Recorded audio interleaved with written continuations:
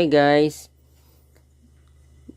welcome back again to my YouTube channel. Saying guys, bago natin simulan yung tutorial, make sure nakasubscribe ka, click the notification para updated na sa mga tutorial natin guys. Siyempre guys, magandang umaga, magandang tanghali, madahapon, madagabi, kung anong oras mo ito napapanood itong video to.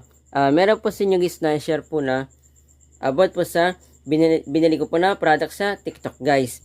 Mag-unboxing din, i-review po natin guys kung legit po siya guys. Ito po yung in-order ko po sa TikTok guys. Ito po. Ito pong pang-lock po ng rep guys. Ayun, na ito po nyo guys, meron na po siyang tali pero napakapangit po yung tignan guys. Mas maganda po ito. Yan. Yan po yung i-unboxing din, i-review po natin guys. Kung madikit po siya or hindi guys. Nasa 70 plus lang po siya guys ha. Unboxing po natin guys.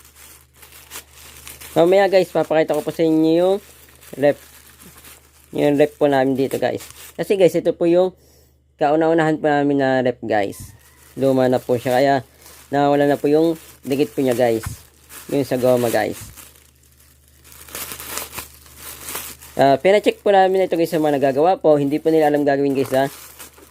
Buti meron po akong alam kahit paano dito guys. Tatanggalin ko na po ito guys para maganda po siyang tignan. Meron pala ito guys part 2 ha. Ituturo ko po sa inyo kung paano po gamitin po ito guys sa itong pandikit na ito guys. Madali naman po siyang gamitin pero meron pa rin po guys na hindi pa rin po alam ang gamitin ito guys. Kahit na madali naman po siyang gawin guys.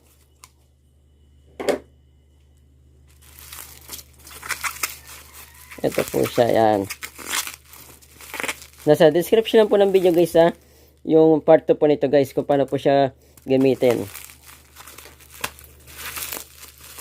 Madaling araw po ako nag-video guys para po wala po maingay kasi marami pong bibili po sa amin. Hindi po ako maka-focus guys. Then maingay po yung pagkaka-video guys. Ito po kasi yung kailangan po dito guys. Para madikit po siya. Yan, ito na po siya. Nasa 70 plus lang po ito guys, so, 'di ba? Yan para hindi na rin po kayo gumastos guys, hindi na po kayo magpapagawa sa mga technician po ng mga rep guys. Kaya share ko po itong video na ito para po sa mga walang ideya po, para po sa mga nagtitipid po dyan guys, na hindi na po nila alam gagawin sa rep po nila, bakit po hindi po nagsasarado guys. Papakita ko lang po sa inyo guys kapag naikabit ko na po siya. Kasi may part 2 po ito guys, kung paano ba siya ikabit guys. So yun guys, ito po yung unang rep po namin guys. Yan. Then ito naman po yung pangalawa guys. So yan. LG. Di bali po, tatlo po yung rep namin guys. Yan pa po yung isa. Ito guys, puro yellow po yan. Puro yellow. Then ito naman po, may kaunting yellow din po na pwede kayo maglagay. Then mga coke, mga soft drinks na guys. Then, ito naman po yung sa isa pa po namin guys. Yan. May kaunting yellow po. Pwede maglagay dyan ng yellow. Yan. Mga medyo bago pa yan guys. So. Yan. Sinare ko lang po sa inyo guys. Mamaya, makita po nyo kung legit ba yung binili ko or hindi guys. Hindi po tayo magiging bias po dyan. Sasabihin ko po yung katotohanan guys. Para po hindi po masayang po yung pera nyo guys. Mamaya na lang ulit. Ito na po siya guys. Ayun, hindi niya na po mabuksan yan oh. Kasi nga po, nakalak na po siya guys dyan oh. Yan. Hindi niya na po mahila guys oh. Ang gagawin niya dito, dito po, pipindutin niya yan guys. Yan. Yan. Then, magbubukas na po siya guys oh. Yan. Ito po yung dati na hindi po nagsasarado guys. Ngayon, nagsasarado na po siya guys. Napakaganda guys ng gawa ko. Ayan o. Ayan o. Ayun naman o. Hindi na kaya yan guys. So napakaganda ng lock na ito guys. So 70 plus lang po siya. Masasabi ko po dito sa product na ito guys. Hindi po gumastos po ng malaki guys. Kumbaga maliit lang po siya. No, hindi ko na po pinagawa po sa iba guys. Kumbaga nag-DIY lang po tayo. Laking tipid po ito guys. Itong product na ito guys, kung gusto po nyo umorder, nasa description lang po ng video na ito guys ha.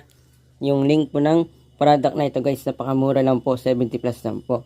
Safe na po yung rep po nyo, hindi na po mabubuksan po ng baby or sira na po yung rubber po nito guys. Kaya kung sira na po rubber po ng rep po nyo, ayan po yung recommend ko po sa inyo.